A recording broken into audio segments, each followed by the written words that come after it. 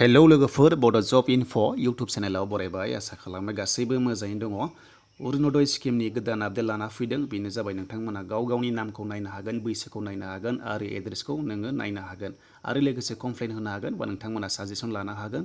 दा बिनि बागै आं लास्टाव होगोन। थ' लोगोफोर भिडिअखौल' नोंथांमोना जोबजासिम नायदो। दा जोङो वेबसाइटआव थांनाय लोगो लोगो बेनिफिसारिसखौ जों सिगाङाव मोन्दोंमोन 17 लाख्स, नाथाय दायो जाबाय 18 लाख्स, माने दायो बारायगासिनो दङ। नोंथांमोना जायफोर एप्लाइ खालामदों मोनजोबनायनि चान्स दङ। दा बेनिखायनो जों थांनोसो फैदो अफिसियेल वेबसाइटआव। दा अफिसियेल वेबसाइटआव फैनाय लोगो लोगो बेबायदि मोनगोन पेजआव। दा बेनिफ्राय नायदो बेनिफिसारिसआ जाबाय टटेल 18 लाख्सनि बारा जाबाय। सिगाङाव दंमोन 17 लाख्समोन। दा मानोना नोंथांमोना जायफोर एप्लाइ खालामदोंमोन बियो दायो रेजिस्टार जागासिनो दङ, माने आपल'ड जागासिनो दङ। नोंथांमोना मोनजोबसिगोन।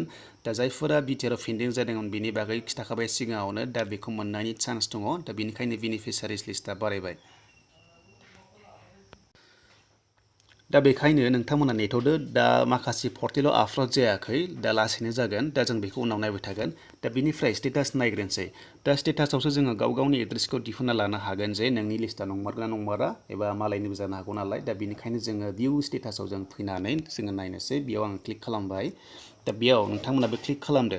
दा क्लिक खालामनाय लोगो लोगो जोङो दायो एग्जाम्पल महरै जों बाक्सायाव थुनाय लोगो लोगो दा बाक्सायाव जेबो पर्टेलाव आपल'ड जायाखै, माने नोंथांमोना दायो लिस्टआ फैथ'वाखै आरो, माने बेखौ ब्लगाव साबमिट हैयाखै। दा ब्लगाव साबमिट हैबासो बियो आपल'ड जागोन पर्टेलाव, लोगो लोगो नोंथांमोना बेनिफिसारि लिस्टखौ नायनो हागोन। दा बेनिखायनो जों बेक थांनोसै। दा बेक थांनाय लोगो लोगो जोङो चिराङाव नायनोसै, मानोना चिराङाव फैदोंमोन। दा जोङो चिराङाव थुना होबाय। दा चिराङावबो माखासेया फैयाखै। जाहोना जाबाय लोगोफोर नोंथांमोननि पन्सायत एबा बिसिडिसिनिफ्राय आपल'ड खालामाखै बा साबमिट हैयाखै, बेनिखायनो बेयाव फैयाखै लिस्टआ। दा बेयो लासैनो फैगोन। जेब्लानोखि ब्लगाव हैगोन बियो साबमिट जागोन, अब्ला पर्टेलाव नोंथांमोना लगइन खालामनानै बा नोंथांमोना बेनिफिसारि लिस्टखौ नायनो हागोन।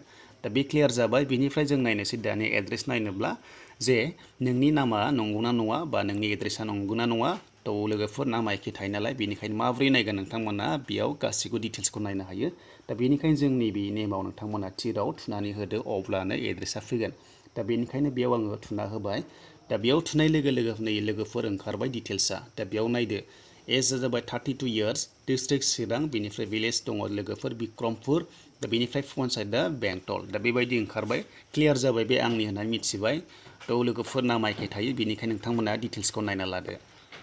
दा बेनिफ्राय लोगोफोर जोङो बेक थांनोसै। दा मोनसे खोथा लोगोफोर, जुदि नोंथांमोना जुदि कमप्लेन होनो गोसो दङब्ला नोंथांमोना नैबाव थुनांगोन। बेनो जाबाय खनायाव दङ रेज ए कमप्लेन, बेयाव नोंथांमोना थुनांगोन। दा बेयाव जोङो थुनाय लोगो लोगो जे बे मानसिया मोनथावगोन ना मोनथावा नोंथांमोना रिजनखौ होनांगोन, आरो लोगोसे रिस्कि दङ नोंनि गासिबो डाटाखौ हरनांगोन। दा बेनिखायनो कमप्लेन होनोब्ला फार्स्टआव नोंनि नामखौ लिरनांगोन, बेनिफ्राय मबाइल नाम्बार, बेनिफ्राय डिस्ट्रिक्ट सेलेक्ट खालामनांगोन बक्सआव थुनानै, बेनिफ्राय इमेल आइडि होनांगोन, एड्रेसखौ गासैखौबो होनांगोन नोंनिखौ, बेनिफ्राय पिन कड होदो। दानिया एलिजिबिलिटिखौ नायदो जे बे मानि थाखाय मोनथावना नङा। दा बेयाव नायदो नै लोगोफोर नोंथांमोना बेफोरबायदि माखासे मोनगोन।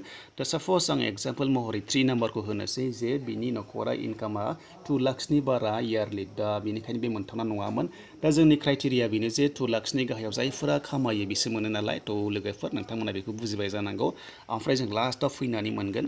दा लास्टआव नै नोंथांमोना बेयाव रिस्कि दङ जे नोंनि गासैबो डकुमेन्ट्सखौनो एटाच खालामना हरनांगोन लोगोफोर, एटाच खालामना हरनांगोन, आरो एमबिआ 4 एमबिनि बारा जानो मोननाय नङा। बेनिफ्राय नोंथांमोना साबमिटआव होनांगोन। दा बे जाबाय लोगोफोर, क्लियार जाबाय। बेखौ हरोब्ला रिभिउ जागोन, नोंनि गासैबो रिस्कि थागोन, मानोना कमप्लेन होग्राया नोंसो नालाय। थ' बेनिखायनो रिभिउ जागोन। नोंथांमोना बेखौ जाहाथे मोजाङै बुजिनानै होबानो जाबाय। जुदि बुजियाबा नोंथांमोना होलाबायनाङा। दा नेक्स्टआव जों थांनोसै बेगाव। दा बेगाव थांनाय लोगो लोगो माबोरै नोंथांमोना नोंनि लिस्टआ फैयाब्ला कमप्लेन एबा नोंथांमोना साजेसन लानो हागोन। नोंथांमोना दानिया नेक्स्टआव फैफिनसै जोङो हमाव।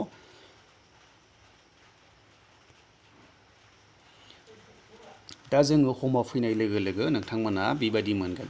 दा हमाव फैनाय लोगो लोगो जोङो दानिया नैबाव फैगोन साबमिट ग्रिभेन्स। नोंथांमोना नुनो मोनदों। नोंथांमोना बेयाव साबमिट ग्रिभेन्सआव थुनानै होनांगोन। दा बेयाव आङो थुना होबाय। दा बेयाव थुनाय लोगो लोगो नोंथांमोना साजेसन लानो हागोन एबा नोंथांमोना कमप्लेन होनो हागोन। दा बेनिखायनो नोंथांमोना बेयाव नोंनि नामखौ होनांगोन, मबाइल नाम्बार होनांगोन लोगोफोर, बेफोरबायदि माखासे होनांगोन। बिनिफ्राय दानिया केटेगरिखौ नायदो। दा बेयाव केटेगरिया नोंथांमोना कमप्लेन होनो ना साजेसन लानो ना नोंथांमोना चेकिं खालामनो, बेयाव खालामनो हागोन आरो। बिनिफ्राय नोंनि गासैबो डकुमेन्ट्सखौ हरनांगोन लोगोफोर।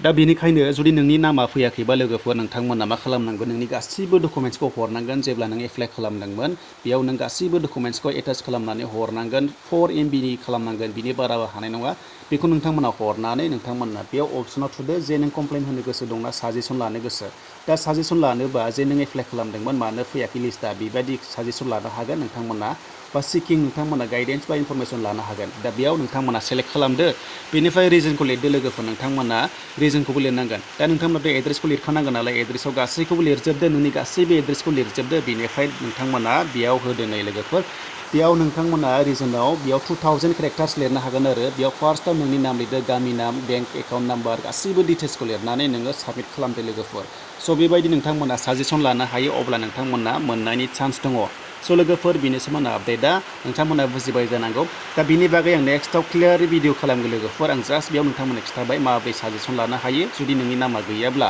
आसा खालामो नोंथांमोना बुजिबाय लोगोफोर बेयावनो आं भिडिअखौ दोनथ'बाय